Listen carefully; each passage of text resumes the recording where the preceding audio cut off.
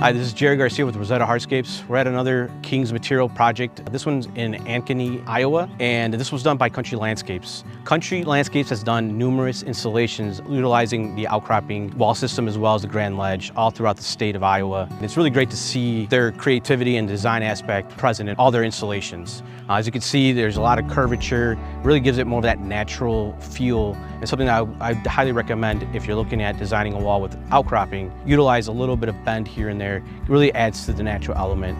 It really helps with kind of the meandering of the terrain around here as well.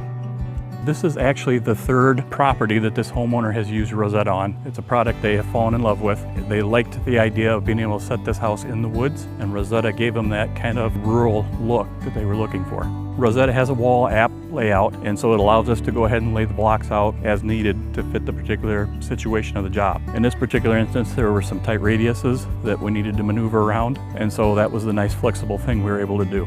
The nice thing about Rosetta is it allows you to do things in an engineered way to get the aesthetic you still want to have with a natural product. We're able to engineer things a little better than what you can with natural stone.